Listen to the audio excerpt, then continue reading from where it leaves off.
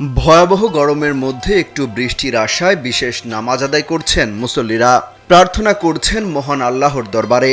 আসলে বৃষ্টির বিশেষ নামাজ আছে কিনা বা বৃষ্টির নামাজ আদায় করলে কত দিনের মধ্যে বৃষ্টি হয় এ নিয়ে ব্যাপক আগ্রহ মানুষের। এ বিষয়ে বেশ কিছু নিদর্শন রয়েছে কোরআন হাদিসে। এ প্রসঙ্গে কোরআনের সূরা আরাফের 57 নম্বর আয়াতে বলা হয়েছে, আল্লাহ তার রহমতের বৃষ্টির সময় বাতাসকে সুসংবাদ বাহক রূপে প্রেরণ করেন।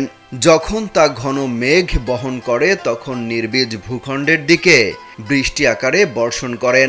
তারপর তার দ্বারা সব ধরনের ফল ফসল উৎপাদন করান। এছাড়া বৃষ্টি বর্ষণ প্রক্রিয়া সম্পর্কে বিশদ বিবরণ রয়েছে বেশ কিছু আয়াতে। এবার ব্যাংকও আপনার হাতের মুঠোয়। Balance transfer, mobile recharge, bill pay থেকে শুরু করে যা চান সব হবে এক মুহূর্তে। NRBC planet. অনাবৃষ্টি হলে আল্লাহর মহান দরবারে বৃষ্টির জন্য দোয়া করার নিয়ম রয়েছে।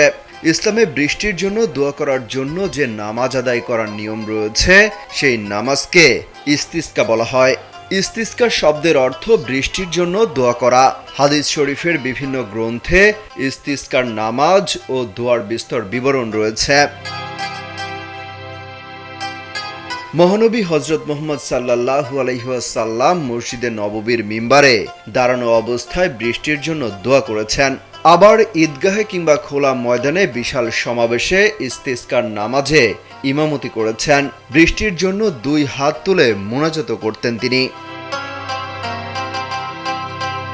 হাদিস শরীফে আছে, প্রিয় নবী সাল্লাল্লাহু আলাইহি ওয়াসাল্লাম বৃষ্টির জন্য দোয়া করতে বের হতেন।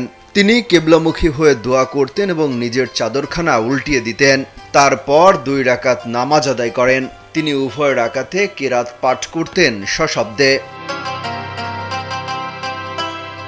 অনাবৃষ্টি বা খরাজনিত কারণে বৃষ্টির জন্য আল্লাহ তাআলার দরবারে দোয়া করা সুন্নত। অনাবৃষ্টি আক্রান্ত এলাকায় সর্বস্তরের মানুষ ভালো পোশাক পরিধান করে খুব বিনীতভাবে পায়ে হেঁটে খোলা ময়দানে সমবেত হয়ে বিনম্রভাবে কাতার স্তরে আল্লাহর কাছে ক্ষমা চাইতে হয়। তারপর ইমামের পেছনে 2 রাকাত নামাজ আদায় করতে হয়। এই নামাজে আজান ইকামত কিছুই নেই। ইমাম তার গায়ের চাদর উল্টিয়ে নেবেন, অর্থাৎ চাদরের ডান পাশ বামে এবং বাম পাশ ডানে পরিবর্তন করে কিবলা মুখী অবস্থায় হাত উঠিয়ে দোয়া করবেন। এর আগে খুতবা দেবেন। বহু নজির আছে এই নামাজ শেষ হতে না হতে বৃষ্টি বর্ষণ হতে থাকে। যদি না হয় মোট 3 দিন এই নামাজ আদায় করতে হয়।